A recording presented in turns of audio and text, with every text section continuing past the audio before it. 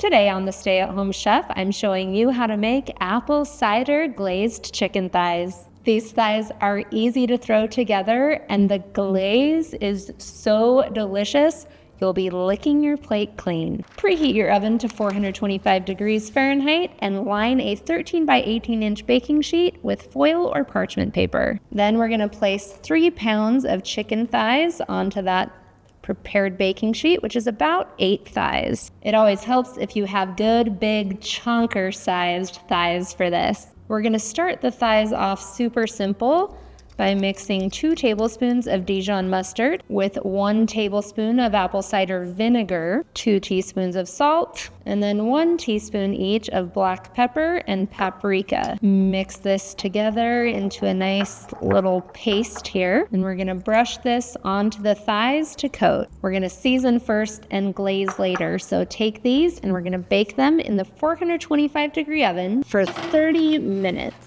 And then we'll add on our glaze. While those are cooking, we'll make our glaze, which is super easy to make, and it is so ridiculously delicious. Melt 2 tablespoons of butter in a saucepan over medium-high heat. And then we'll whisk in 1 tablespoon of cornstarch. As soon as that's mixed in, pour in 1 cup of apple cider. Now this is apple cider, like the kind that comes from a jug, or you can use apple juice.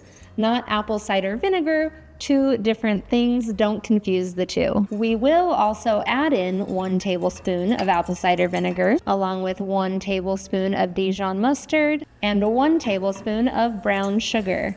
Whisk this all together and simmer until thickened, which should take just a couple of minutes. We're gonna pull our chicken thighs out of the oven after 30 minutes and brush this deliciousness all over the thighs generously to coat. And you can always reserve some of that glaze for serving if you want. Then we're gonna return this to the oven for just about 5 to 10 minutes. For chicken, you have to cook to a minimum internal temperature of 165 degrees Fahrenheit.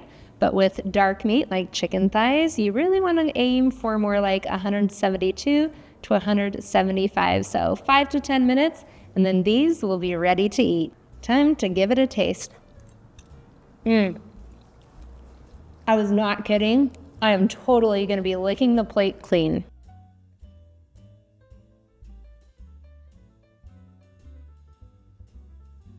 Thanks for watching. You can find the full written recipe in the video description. Be sure to subscribe, like, and follow, and check out the rest of my videos where you can find hundreds of restaurant quality recipes you can easily make at home. We'll see you later.